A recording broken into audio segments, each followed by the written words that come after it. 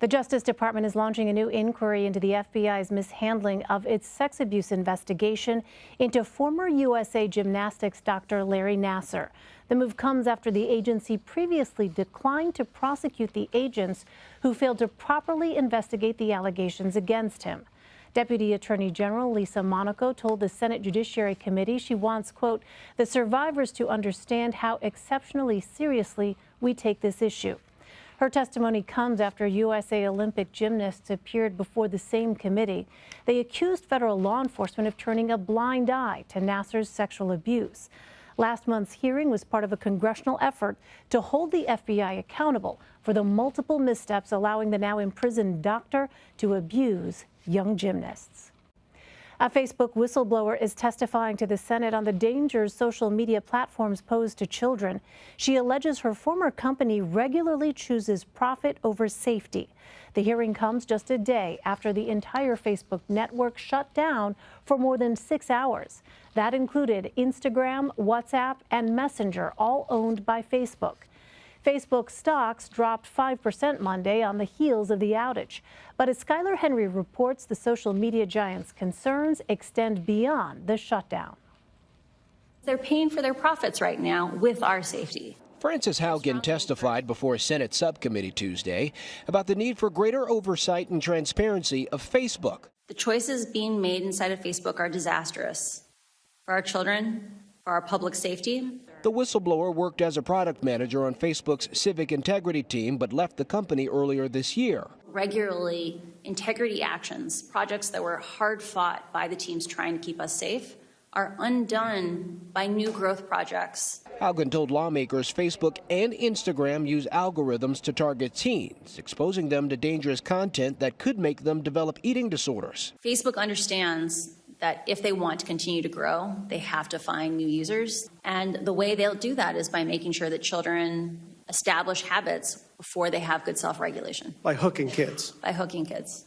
Lawmakers on both sides of the aisle are united in condemning Facebook CEO Mark Zuckerberg and vowed to enact reforms. Here's my message for Mark Zuckerberg. Your time of invading our privacy, promoting toxic content, and preying on children and teens is over. Facebook pushed back against Haugen's testimony in a statement, saying they don't agree with her characterization of the many issues she testified about. If Facebook wants to discuss their targeting of children, I am extending to you an invitation to step forward, be sworn in, and testify. The company says it agrees it's time to create standard rules for the internet and has called on Congress to act. Skylar Henry, CBS News, Capitol Hill. CBS News technology and politics reporter Musaddiq Bidar joins me now with more. Hi there, Musaddiq. So Senator Blumenthal called this hearing big tech's big tobacco moment. What makes this hearing so different from the other times Facebook has been questioned by Congress? Yeah, Elaine, Senator Blumenthal and Senator Ed Markey actually made references to big tobacco while discussing today's issues with Facebook. But I want to point out there are a couple notable differences today. The first one being that the testimony came from a former Facebook employee who showed up with the receipts. She turned in thousands of pages of documents to lawmakers that support the allegations she is making. The other difference was that Democrats and Republicans were unified in their anger and their approach to Facebook when it comes to this issue. And what I mean by that is in previous hearings, for example, in March, when Mark Zuckerberg testified about the company's when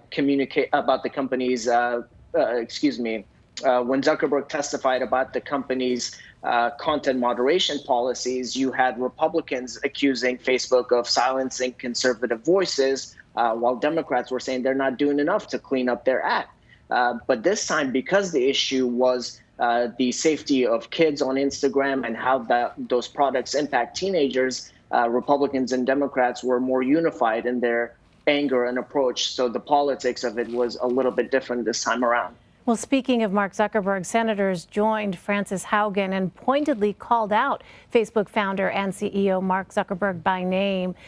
Here is Senator Ed Markey. Here's my message for Mark Zuckerberg. Your time of invading our privacy, promoting toxic content, and preying on children and teens is over. Congress will be taking action. Do we expect to hear from Zuckerberg directly on this? Elaine, so far there haven't been any indications that Mark Zuckerberg will willingly address this topic by himself. Facebook has had several other executives out there in the press defending itself. For example, yesterday on this past Sunday, the company's vice president of global affairs was on CNN. This morning, ahead of the testimony, Antigone Davis, who actually testified last Tuesday, was on MSNBC.